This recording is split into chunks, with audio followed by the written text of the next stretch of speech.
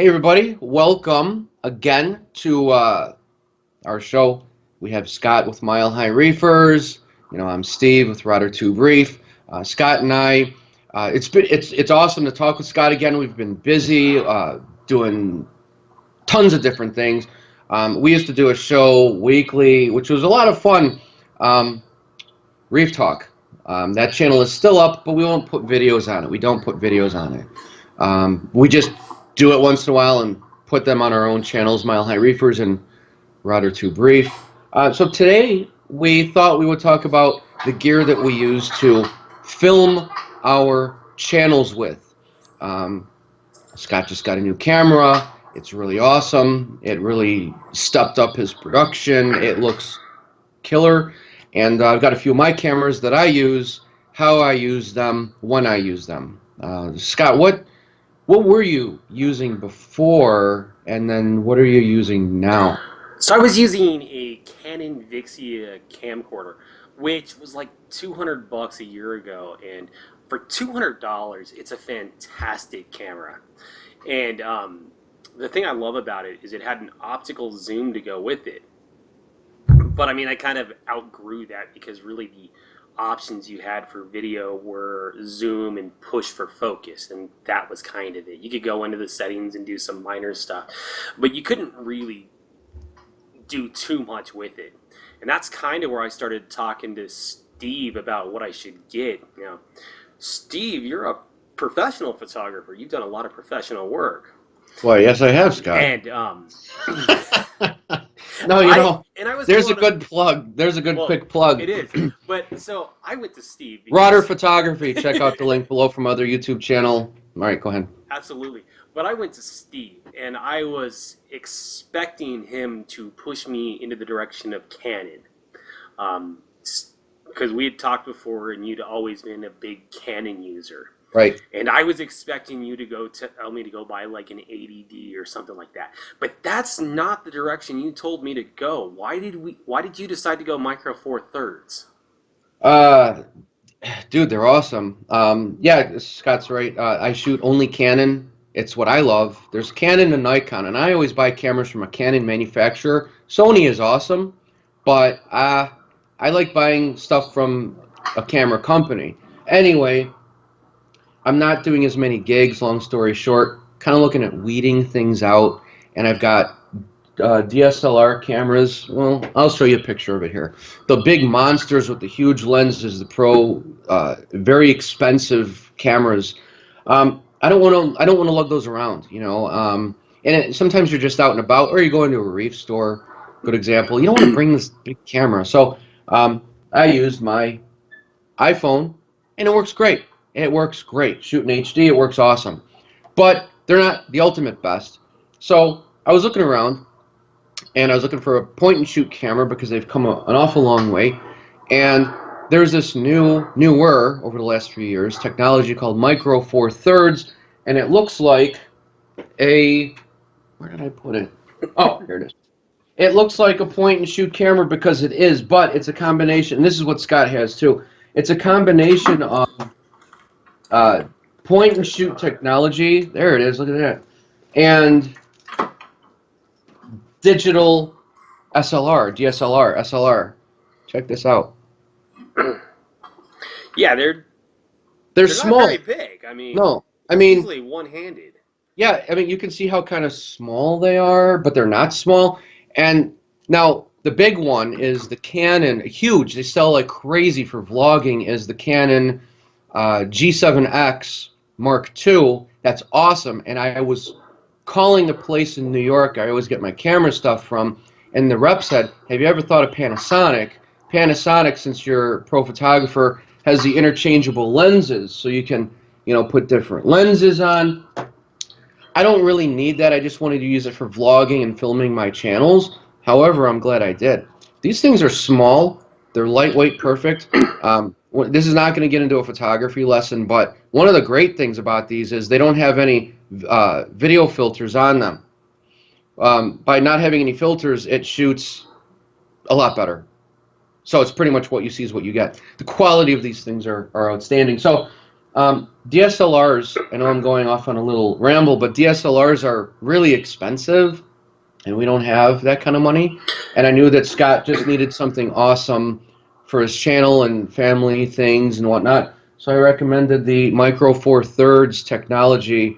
And dude, when you got that camera just like a few weeks ago, I knew it would happen. Your video quality just jumped up tremendously. I mean, it was good before, Yeah. but these things, these little guys, man, it's like movies are shot with these things. Well, They're 4K as well if you yeah, want to shoot in 4K. the sharpness out of these is incredible, but I got to say there is a big learning curve to this. Um, Aperture, all that kind of stuff was new to There me. can. I had to learn it. Focus is completely different than just pushing the screen. Yes, it has that, but you got to remember how to use your aperture to get it right and everything. So that was a big learning curve for me, and I'm just still learning all of that. Um, but It I is kind a of big learning curve, yeah. but you got down to the 4K a little bit ago, and I was surprised because when I started researching Canon and Nikon, I was expecting them to just be loaded with high-end 4K features, and that really wasn't the case. Even like the 5D Mark IV has some very limited 4K. It's not real solid. I mean, these little Right. micro four thirds guys for 4K shooting are much better. I was blown away by that. I mean, it looks like Panasonic's really leading the technology there. Yeah, they really are. And it's kind of funny because I said that I only buy Canon or Nikon. So when the guy on the phone was like, and they're not on commission, when the guy Yeah. is like, "Have you thought about the Panasonic?" I'm like, "Panasonic? No, I'm not gonna buy a Panasonic camera." But anyway, while he was checking on inventory and stock, I was frantically Googling because I've never heard of this camera. I'm certainly not going to buy a Panasonic. But I did, sight unseen, and I knew I could return it. I absolutely love the thing. Now, Scott, you mentioned the 4K, and one of the things the guy was like, it shoots 4K. And right away I thought, who cares? Because I don't shoot in 4K, I shoot in 1080 only, and 4K is awesome, but those of you looking for 4K cameras, that's a great technology to have. But remember that, like most laptops and computer screens and monitors, people, they can't view the true 4K experience on these computer screens or laptops or iPads, yeah. But also, no one is streaming 4K I do. when they're on the train. Well, you're rich. You've got like massive data plans, you know. I don't. No, um, no, I stream it in the house, not on the train. But Right. But I mean, I am going to start shooting in 4K. Oh, that's a good little segue. So, I've got the big iMac here for my video productions and the editing suite. I know you've got a fast laptop that you got yep. like last year. How is editing 4K? Because you've experimented right, Right. haven't you? So, How is so, it? Does it tax your laptop much? so, I had some older software. I was using Power Director. It was the 2013 version, and while it says it can do 4K, it just couldn't do it. And I mean, my laptop was acting like it wasn't taxed at all, but the software just was. When you try to scroll through the frames and see what's going on, it just jumped to the end, and I think it was a software issue. Anyways, I downloaded the trial version of Adobe Premiere Pro, and it works wonderfully on Premiere Pro. So I've gone to Premiere Pro. I got to spend the money every month, but I'm loving Premiere Pro. Premiere Pro is really good. I used that about, wow, 10 years ago Yeah. already. I loved it. Um, Two reasons I don't use it anymore is, and I'm not alone in this. You mentioned the monthly fee. Man, I hate that. Yeah, it I hate, sucks. I hate that. That's one of the worst things Adobe ever did. And for those of you who don't know, Adobe, they're charging monthly. Like you don't buy the software outright for like $300, let's say. They charge you monthly now. What is it, $20? Every product Yeah, is different. it's $20. Now, my wife's a student, so we put it all in her Oh, name and did it good. under her account. So it's pretty cool. For $20, we get the full Adobe suite. So it's Lightroom and Photoshop and everything that goes along with Premiere Pro. So um, it's cool stuff. I gotta learn how to use all of it, but it's cool, especially for $20 a month as opposed to 50. So Yeah, that's not bad. I mean, 20 bucks a month is great. 50 bucks?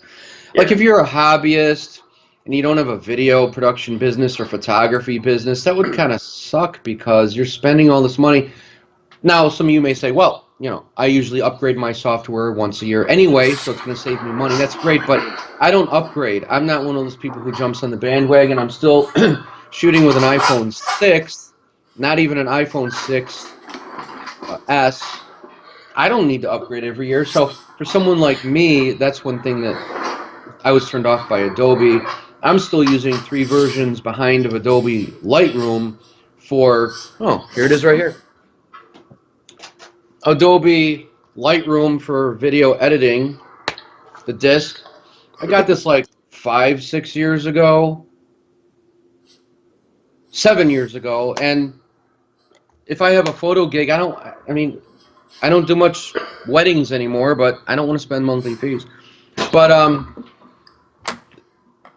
that is a great, great program. I used it. Now I'm using all Mac stuff. I use iMovie or Final Cut Pro. So we've got some decent gear, and I've spent a lot of money lately on gear. But for the new hobbyist wanting to get into YouTube to do some aquarium video, I've got an Android phone, which I'm not really impressed with the video software that goes along with Android. The cameras are great, but I'm not real impressed with the video software. But I know CJ from CJ's Aquarium does incredible stuff with his iPhone. I know you're doing great stuff with the iPhone. Can you kind of talk us through what the experience is like editing on an iPhone? Because I'm really impressed. Oh, it's easy. It really is. There, so for Mac, the built-in editing software for video is called iMovie, and they have the iMovie app on the phone. Just like anything else, all you do, like you, is you film the video, you hit stop, it becomes part of your camera roll where all your photos and video are taken. You simply launch iMovie. Let me see if this comes up. I'll just show you guys like briefly. It won't be the best. So you launch iMovie.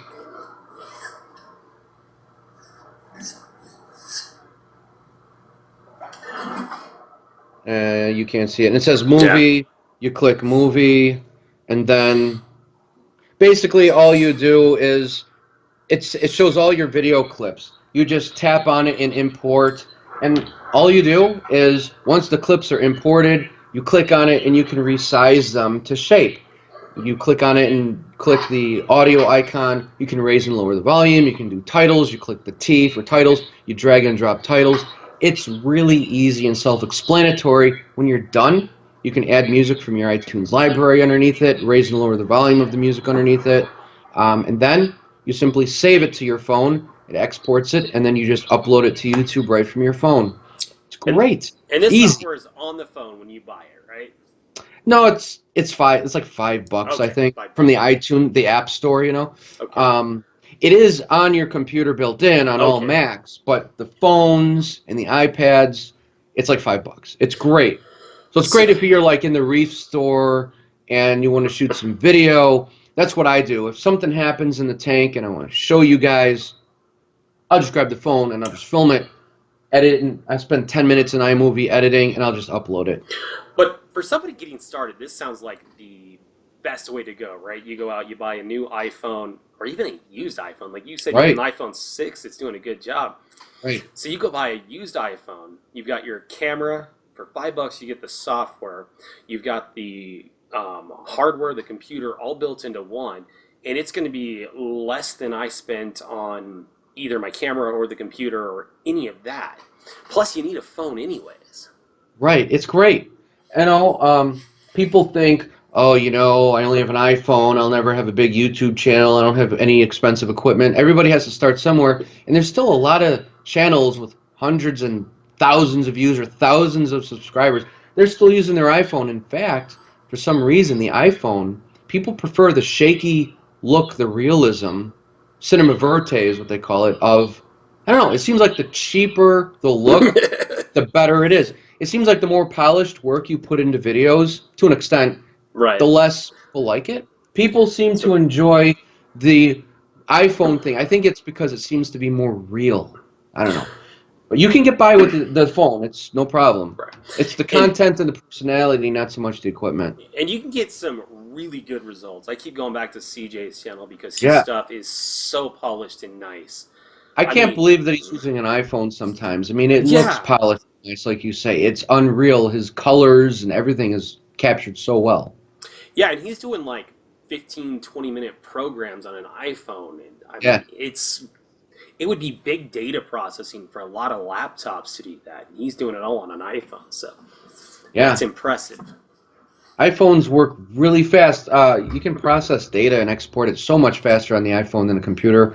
Um, so yeah, I'm amazed by his quality. I still can't believe that he's shooting on an iPhone because some of the stuff he pulls off looks amazing. It looks like he shot it with one of these Micro Four Yep. Thirds guys. I mean, these, like you were asking me before we started filming, do you regret getting rid of one of your DSLRs? And a big lens, by the way, Pro Series lens. I took a major bath on the trade-in. I got raped big time, but I wasn't using the stuff and I didn't want to deal with selling it. So I traded it in for this, and I had to add a little bit of money to this. But to answer your question again, no, I don't regret it. And out of all the video cameras I've used over the last 20, 25 years, I've never worked with anything that blows me away like this. These Micro Four Thirds cameras are just insane. They're just great. They are. Now, the big reason I wanted to go to something like a Micro Four Thirds camera was it's kind of become a hobby of mine. I don't know if there's any real need to do it. I think I was getting plenty of views before. The Yeah. channel looks pretty good with the other camera, and it was cheap, but it's just kind of the hobby thing, right? I get to start learning and doing new things with the hobby, but with that And you got all also, those cameras on the shelf back there, I see. I mean, yeah, you are into photography a bit too, so yeah, it's a great step up because, like I said, it's a point and shoot camera, but it's also a marriage between a point and shoot and a professional series camera because you've got all the settings on the top and the buttons on the back. Here's one thing I think your camera differs with mine. You got a couple differences. Mine is the GX85. I absolutely love this feature. I don't look through the viewfinder. I look through the HD screen on the back, and it yeah, flips out like this. This is really handy because I'm filming and I'm looking down onto the screen, so it's really handy to film aquariums. You're not having to look like this. I can just go like this. Now, you've seen other vlog cameras where the screen will flip up so you can vlog yourself. See, Scott's flips out. That's yeah. awesome. So he can see himself while he's filming. I cannot. And that's one thing I did not like about my camera, but I'm fine with this. I just kind of set up my shot, then I get in behind it and I film. But yours also has a mic jack, right? Yes, it has the mic Mine jack. does not. So I cannot Yeah. connect the microphone to it, but And yours does. That's yeah, another and awesome I've feature. I've gone ahead and purchased the little Yeah, Rode mic. I mean, this thing's awesome. those are awesome mics, the Rode mics. Yeah, I just got the mini. It was like $60. But back into the hobby side of things, the one thing that I just can't get a small camera to do, like a phone or anything else, is the up close macro photography. And I did a video today on it, and this is the lens that does all this, and it's a Ushiro lens, which is I got it for $179 on Amazon, but it's a Canon mount lens that it comes with an adapter to put it to Micro Four Thirds, and instead of the normal 1-to-1 magnification, this thing does 2-to-1, Wow. which is really cool. So, I mean, for a relatively cheap lens, it does some really cool stuff. Yeah, it does. Now, you got to have the macro. Well, you don't have to. I don't have one yet, but for the Right. reef tanking, filming, it's really great to have those macro lenses. Um, Another reason these guys are so great is, let's say you buy a Canon or just a standard point and shoot, and the motor mechanism fails in your lens. You're screwed. Well, in Yep. our case, we can just, you know, take the lens off, put a new lens on, and we're fine. So this is like a Pro Series camera that's not too pricey, but it's also a point and shoot. And you mentioned it's a big learning curve with aperture, f-stop, ISO speed, and everything else. I'm used to that, and I only shoot manual, so it's second nature for me. But it is a weird learning curve in the beginning. These do have a ton of Yeah. beautiful presets too, so you don't have to know Oh all yeah. that stuff. Yeah. I mean, but like I said, a lot of this was just an extension of the hobby, right? I love my reef tank. I love the YouTube side of documenting it and everything. So I really want to just take it all to the next level and get a better camera. The other thing that I went ahead and spent some money on was a better zoom lens. This is a 45 to 200. The main reason I wanted this lens is so I could stand back away from the tank and shoot the fish. Every time I get close to the tank, either the fish think they're going to eat or they get scared because I'm there and they think I'm going to do something, right? Right. So I wanted to be able to get back away from the tank and then video the fish, which I did a video the other day about what fish I'm keeping, and that was actually the first time I'd used this lens, and that's where I said the things come into play is to the learning curve, because I had the aperture wrong, so I was losing the focus too much. I was zoomed in too close, so I was losing the focus. So there's a big learning curve, but some of the shots I got were actually really cool off of this lens. They were. Yeah, that was a So really great video.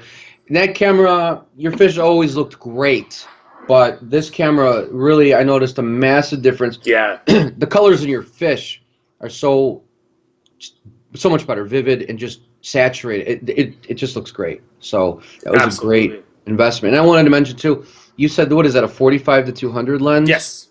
So for those of you guys who don't know what the hell that means, the 45 millimeter to a 200 is the zoom length. The lower the number for millimeter is the wider the shot. So a 200 millimeter, that's the zoom. So it's how wide it is.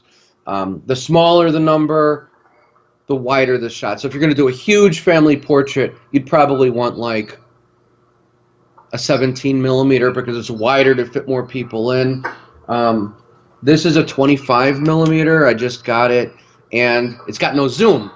And I always went with zoom lenses, but prime lenses I like more because they are sharper, and you're stuck at 25. That's it. So you have to literally move forward or move back. Right. Well, that's fine. So if I'm going to get a family portrait of 5 people, I can't fit them in. I just have to walk backwards. It's no problem. But like the reason you'd want a telephoto, like what Scott has, is, and they're great lenses. I have one too. Like he said, he doesn't want to scare the fish. Or if you're filming something on safari, you're not going to want to stand 5 feet away from the tiger, or maybe you do. I don't know. But that's when you get like the massive zoom lens. But yeah, another thing I wanted to show you guys. This is what I was using, and I still have it. I had like big, massive video cameras, an XH-A1. This guy I don't use anymore, but I still will. This is a Canon XA10. This thing shoots in 1920 HD. It's got XLR inputs for stereo microphones. It's got full audio control, and it records to dual SD cards. The cool thing is if one card fails, you got to back up while you're filming. This thing is outstanding. It's killer. It's really cool, but I've been using this for everything. This one kind of blows away this Canon XA10, but this one, they've made movies with this, so no problem. So, it depends what mood I'm in as well. Like you mentioned, you've got the Rode mic to put on top of this. Well, what if you just want to do a quick video and the Rode mic is in another room? Then you got to go get it. You got to put it on. Then you got to take the card out. It takes little SD cards, no problem. Put it in the computer, sync everything up. Well, you know what? If it's late at night and I just want to show you guys, like, for example, the last video of the Duncan coral that was huge, Yep. that was before bed, and I didn't feel like getting the camera, getting the tripod, so I just pulled out the phone, and I just shot it in HD, and I uploaded it. So it's not like, oh, we got these cameras now, and we're just using them, and that's it. It depends. They're just another tool for what you need to do, I Well, also have. I wanted to comment Go on ahead. that because I actually commented on that video and asked if that was your new prime Right. lens you were shooting with, and you're like, "No, that's my iPhone." Nope. It's a 2-year-old iPhone. So I Right. mean, this video can be incredible off of an iPhone, and Yeah. really, that's all you need if you want to start a YouTube channel and video your fish. A decent cell Right. phone is all you need. Yeah, and I've seen videos. Okay, when I was looking around for this camera or cameras, you've got like a ton of people who've got like hundreds of subscribers and they're like a photography channel.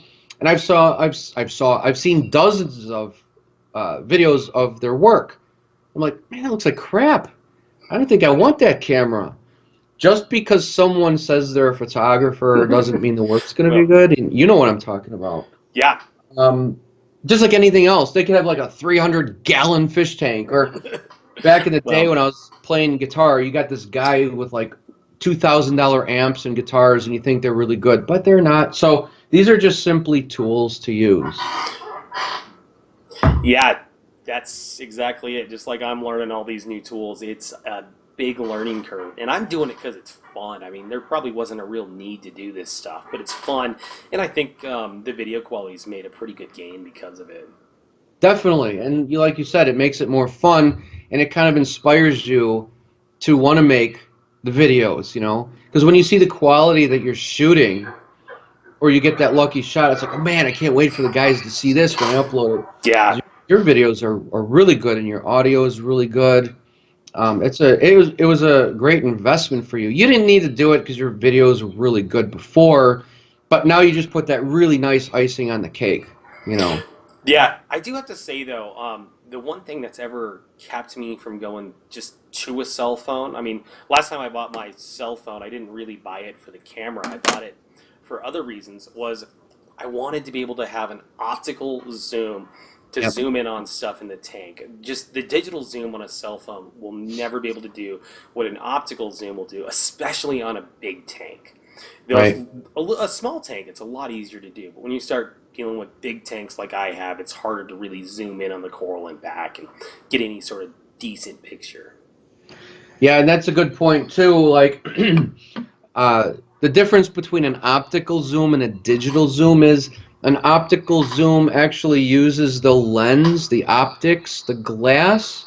So when you're zooming in and out, that glass it's real. You're looking through the glass. You're using the optics. A digital zoom, it's zooming digitally. All it's really doing is it's using the processor in your phone or even the cameras to digitally, artificially zoom in. So it manipulates the pixels, and by doing that, you're going to get graininess. If you zoom way in, it's going to look like a grainy video because it's digitally enhancing it and fake zooming. That's the difference. Yeah. So yeah, that's why another great reason you got that lens. Optical zoom is always the better way to go, especially when you want to get those really fine details like in a reef tank and really make those colors pop and make it as sharp as you can get. You brought up another point that I wanted to comment on. Um, Oh, just talk about sound for a second. Scott's camera is better than mine from the standpoint of he has a hot shoe. That's what a hot shoe is, and he can put his microphone in there, and he's got a mic jack where his microphone will plug right into the audio jack. I don't have a mic in, and that's why a lot of vloggers don't like this. I have a tiny little slit in the front here to capture audio, and although it does a great job, Scott's camera will do a much better job at audio. So what I will do is, I can keep my iPhone next to me, just using the built-in voice recorder for audio. And then also what I can do is use Yeah. this, my Tascam digital recorder. This is outstanding, and this is what they use on movie sets. You can get them for like $60 now. And I just keep this by me. It records the audio. Then when I'm editing, I use this for video, and I sync the audio up. You can see how I do that in my Rotter Photography channel, link below. Um, it sounds complicated, but it's not. And by the way, don't let the quality of the audio dictate what camera you buy because you can always fix the audio by running an external audio source. Cameras should only be used to capture photo or video. Don't rely on it for sound. Anyway, that's my little thing. But I think that's a really good point on the sound is an external recording device like that Tascam is probably your best bet to get the absolute best sound. Yeah, it's crystal clear digital audio. I mean, this thing blows me away. And I like you can adjust the Yeah. mics. These are Pro Series mics, and on the bottom again, you've got XLR inputs, so I could run professional 2 microphones. So I could technically record 4 people, give 4 people different mics. Anyway, this thing is razor sharp, crystal clear audio. But again, if it's late at night, I'm kind of lazy. I'll just use the audio off this camera and boost it. It's good enough. But then I kind of hate myself the next day because this would have been a lot better. Whatever. Well, I think that's probably a pretty good place to end this one. Yeah. Oh, one last thing. You know what you could do too? And Scott and I have done this. Will has done it on his videos. You just do voiceovers.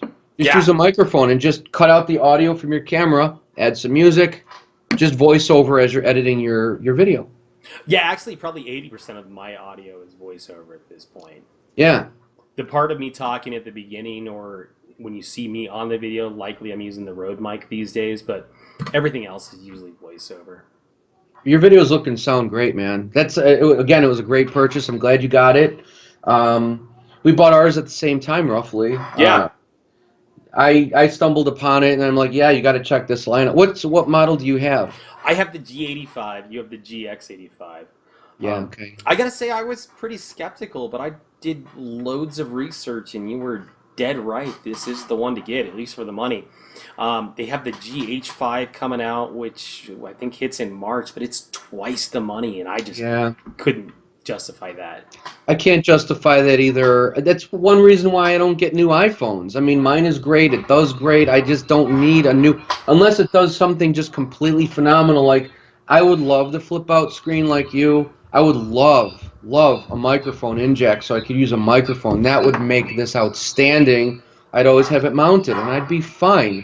But I don't have that, so whatever, you just make do. You're right, especially at double the price.